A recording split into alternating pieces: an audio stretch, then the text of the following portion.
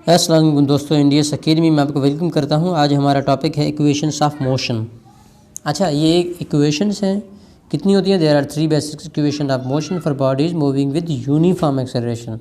अच्छा, ये इक्वेशन जो है ना वो वहाँ पर यूज़ होती हैं। 3 इक्वेशन हैं जहाँ पर यूनिफॉर्म एक्सेलरेशन हो रहा हो।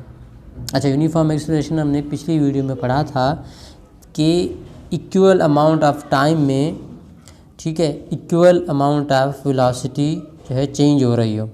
यानी कि क्या था यूनिफॉर्म एक्सेलरेशन कि 1 सेकंड में जो है वो जैसे कि 1 सेकंड में क्या हुआ, 1 किलोमीटर पर आवर की स्पीड से गाड़ी चल रही थी।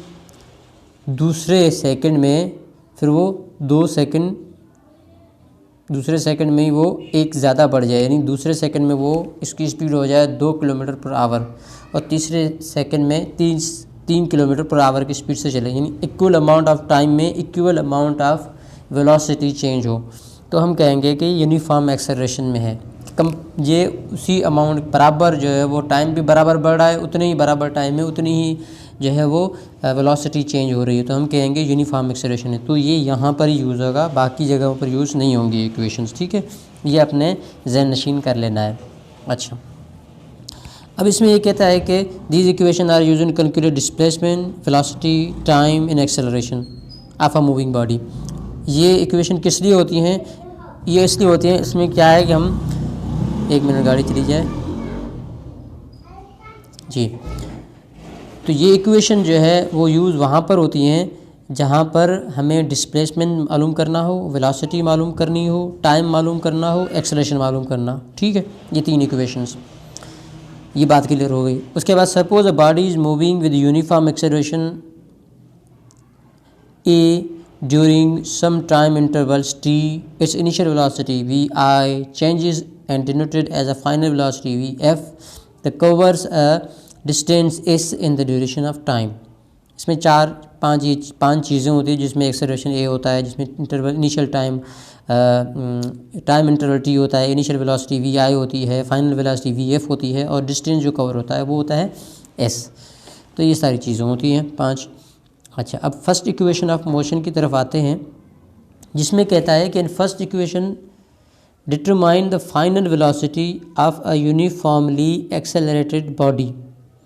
पहली इक्वेशन में क्या करते हैं, हम डिटरमाइन करते हैं क्या, फाइनल वेलोसिटी एक यूनिफॉर्मली एक्सेलरेटेड बॉडी की, ठीक है, फर्स्ट इक्वेशन में, ठीक है।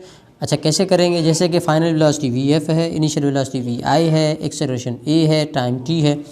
तो अब the average acceleration is the change in velocity over a time interval time. Average acceleration हमें इक्वेशन पता है, वो क्या है कि A is equal to change in velocity upon time है, जिसको हमने आगे किया था, A is equal to V F minus we I upon T, इतना किया था।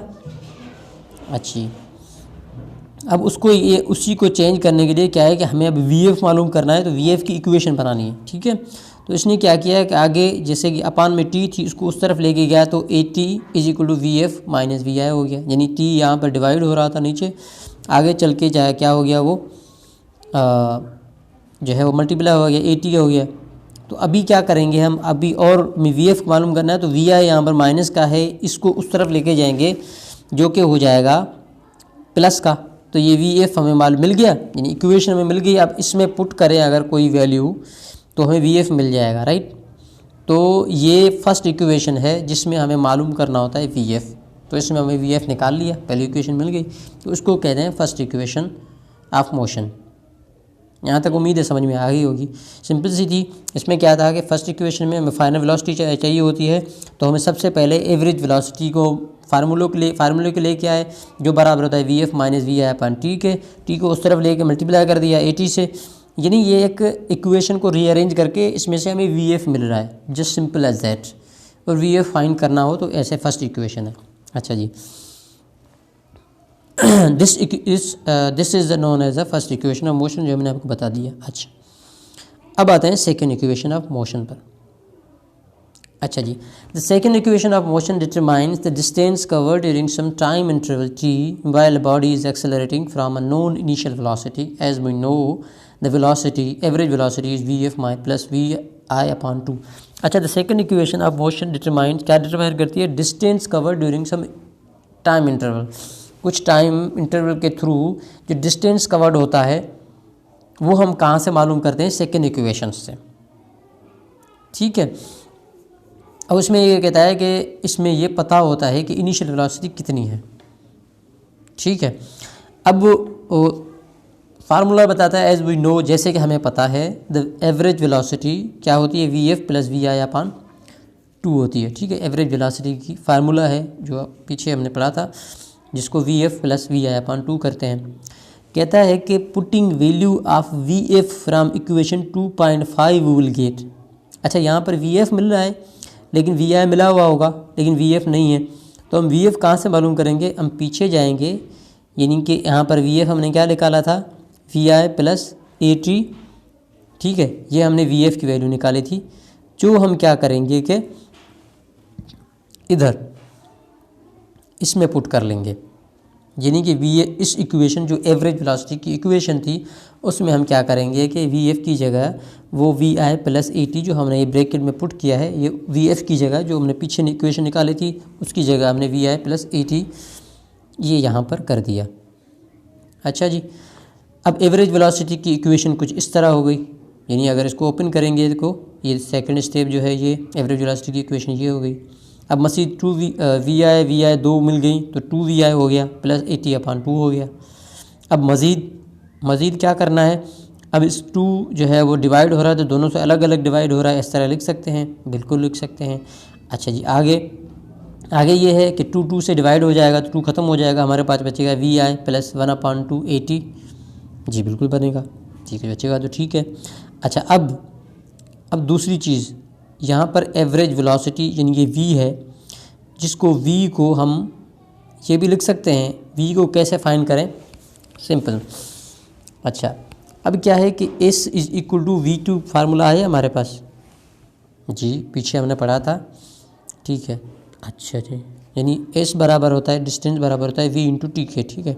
अब यहाँ से हमें v मालूम करनी है, तो क्या करेंगे? t उस तरफ मल्टीप्लाई हो रहा है, उस तरफ जाके डिवाइड हो जाएगा, जो कि यूँ ये हो गया। अच्छा, ये v बराबर है s अपान टी के। जी, तो यहाँ पर जो एवरेज v है यानी कि ये जो ये वेलोसिटी है इसको हम s अपान टी लिख सकते हैं यहाँ वाली इक्वेशन में। हाँ लिख सकते हैं, तो हमने लिख दिया। तो अब यहाँ पर s, क्योंकि हमें इस इक्वेशन में मालूम क्या करना होता है? The second equation of motion determines the distance covered during some time interval t while a body is accelerating from known initial velocity। तो यहाँ पर हमें मालूम क्या करना होता है? डिस्टेंस मालूम करना होता है। तो ये डिस्टेंस की इक्वेशन में मिल गई, एस टी जाकर मल्टीप्लाई हुआ 2 से, तो V I into T plus 1/2 into A T पहले से था तो उससे टी मल्टीप्लाई होगा, टी स्क्वायर हो गया। तो ये S is equal to V I T plus 1/2 A T square हमें मिल गई। This equation is known as the second equation of motion, जो कि यहाँ पर हाईलाइट की गई है। तो हमें सेकंड इक्वेशन ऑफ मोशन मालूम हो गई। 3 इक्वेशन ऑफ मोशन थी। फर्स्ट में मालूम क्या करना था? वी एफ मालूम करना था, जबकि यूनिफॉर्म एक्सेलरेटिंग बॉडी हो जिसको वी एफ मालूम करना हो तो हम फर्स्ट इक्वेशन ऑफ मोशन मालूम करेंगे, पुट करेंगे। अब जबकि सेकंड में हमें डिस्टेंस चाहिए था तो हमने डिस्टेंस मालूम करने के लिए क्या किया? वी आई की जगह वी एफ की जगह हमने जो मालूम की थी वो पुट की, उसके बाद जो है वी की मालूम वैल्यू पुट की, उसके बाद बराबर डिस्टेंस हमें मिल गया। ये इस तरह डिस्टेंस हम मालूम कर सकते हैं, सिंपल एज दैट। अच्छा, अब थर्ड इक्वेशन ऑफ मोशन की तरफ आते हैं। सारी चीज़ें मिल गई हमें, यानी 2 इक्वेशन मिल गई। पहली में इक्वेशन हम मालूम करते हैं वी एफ मालूम करते हैं, दूसरी में हम डिस्टेंस मालूम करते हैं, अब तीसरी में क्या मालूम करते हैं? आगे बढ़ते हैं। अच्छा जी, अब कहता है कि third equation of motion determines relationship among the velocity and the distance covered by a uniformly accelerated body where time interval is not mentioned. अच्छा जी, यहाँ पर कहता है कि थर्ड इक्वेशन क्या करती है कि डिटरमाइन करती है किसको? Relationship among the velocity and distance covered by uniform accelerated body. यानी जो एक बॉडी है यूनिफॉर्मली एक्सेलरेटेड बॉडी, उस वक्त जो वेलोसिटी और डिस्टेंस कवर होता है उनके बीच में रिलेशनशिप मालूम करना होता है, और जबकि हमें उस दौरान जो टाइम लगा वो मालूम नहीं होता। तो ये तीसरी इक्वेशन किसके लिए? इन दोनों चीज़ों के लिए, एक तो वेलोसिटी और डिस्टेंस के बीच में रिलेशनशिप, दूसरा टाइम मालूम करना। अच्छा जी, let us take the first equation of motion. First equation of motion क्या थी हमारे पास, याद होगी आपको, V F is equal V I plus A T. अच्छा जी, ठीक है। अच्छा, आगे बढ़ते हैं। अब कहता है कि by squaring the both sides of equation we get, जब दोनों को स्क्वायरिंग बोथ साइड करेंगे तो वी एफ स्क्वायर हो जाएगा, V I plus A T के ऊपर होल स्क्वायर हो जाएगा। अच्छा जी, ये तो अजीब गरीब हो गया, कुछ गरीब नहीं हुआ। अगर सिंपल फार्मूलाज आपको आते हैं तो दूसरे स्टेप में क्या होगा कि वी एफ स्क्वायर तो हो गया, लेकिन V I plus A T whole square, कहाँ से इसको ये ओपन कैसे किया है? अच्छा, इसको ओपन कैसे किया है? सिंपल किया है। कैसे किया है? A plus B whole square का फार्मूला लगा है, जो बराबर होता है A square plus 2 B plus B square. अगर ये फार्मूला आपको नहीं पता तो आप सर्च कर लें, उस फार्मूला को देखें कि ए प्लस बी होल स्क्वायर, यहाँ पर ए वी आई को लिया है और बी ए टी को लिया है। तो जब स्क्वायर किया और स्क्वायर करने के बाद हमारे पास कुछ जवाब इस तरह आया। अच्छा जी, मोटरसाइकिल चली जाए। अच्छा जी, आते हैं। तो अब इसने क्या किया है? अच्छा, ये तो हो गया फार्मूला तहत, अगर आपको समझ में आ गया तो दूसरा स्टेप, तीसरा, ये कहाँ से लेके आया? ये यहाँ से लेके आया कि वी आई स्क्वायर तो अपनी जगह, V F square is equal to V I square अपनी जगह, प्लस ये 2a, दोनों से 2a कामन निकाला है। अब 2VIAT से तो 2a कामन निकल गया, VIT बच गया, लेकिन प्लस ये a square plus a square into T square से 2a कहाँ से कामन होगा? a तो कामन होगा लेकिन 2 कामन नहीं होगा। तो हमने क्या किया, ज़बरदस्ती कामन निकाल के अपान में डिवाइड भी करा दिया, तो a भी कामन निकल गया और 2 भी कामन निकल गया। अगर आपको ये मैथमेटिक्स की बेसिक चीज़ें नहीं पता तो आप थोड़ा सा उन पर ध्यान दे दें। अच्छा जी, अब आगे बढ़ते हैं। इसने कॉमन निकाला, फिर कहता है कि according to second equation of motion, कहता है कि वो सेकंड इक्वेशन जो पिछली हमने पढ़ी उसके हिसाब से S is equal to V I T plus 1/2 A T square. अच्छा जी, यहाँ पर देखें कॉमन क्यों निकाला, common V I T plus 1/2 A T square हो गया। अब इसको हमने बराबर किया था किसमें? सेकंड इक्वेशन में बराबर थे एस के। तो हम सारे टर्म को आसान करने के लिए आपके लिए हमने कर दिया 2VF square plus VI square plus 2A into S कर दिया, ताकि आप सिंपली आसान से समझ जाएं।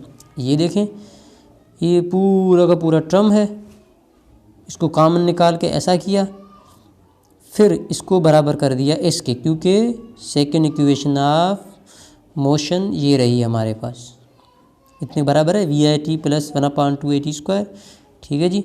अच्छा, यहाँ पर आए और यहाँ पर ये कर दिया, इसको बराबर कर दिया is equal to VI plus 1/2 A T square, और ये बराबर हो गया VF square is equal to VI square plus 2AS। अच्छा जी, ऐसा है, ऐसा है। अब हमें क्या मालूम करना था, एक्सेलरेशन और डिस्टेंस के बीच में, सॉरी वेलोसिटी और डिस्टेंस के बीच में क्या है, रिलेशनशिप मालूम करना था। उसके अलावा क्या मालूम करना था, आ जाएं आपको थोड़ा सा दिखा दें। Third equation of motion determines relationship among the velocity and the distance. ठीक है, covered by uniform axial body where time interval is not mentioned. अच्छा, यहाँ पर आया, यहाँ पर टाइम मेंशन है नहीं है, लेकिन relationship between velocity and distance हो गया। तो 2AS इज इक्वल टू बराबर हो गया VF square minus VI square. ये हमारी this known as the third equation of motion for bodies moving with uniform acceleration. तो ये हमारी 3 इक्वेशंस हो गई। तो आगे हम इनके प्रॉब्लम्स करेंगे ताकि समझेंगे कहाँ पर कौन सा फार्मूला अप्लाई हुआ। अस्सलामु अलैकुम वरहमतुल्लाहि वबरकातुहू।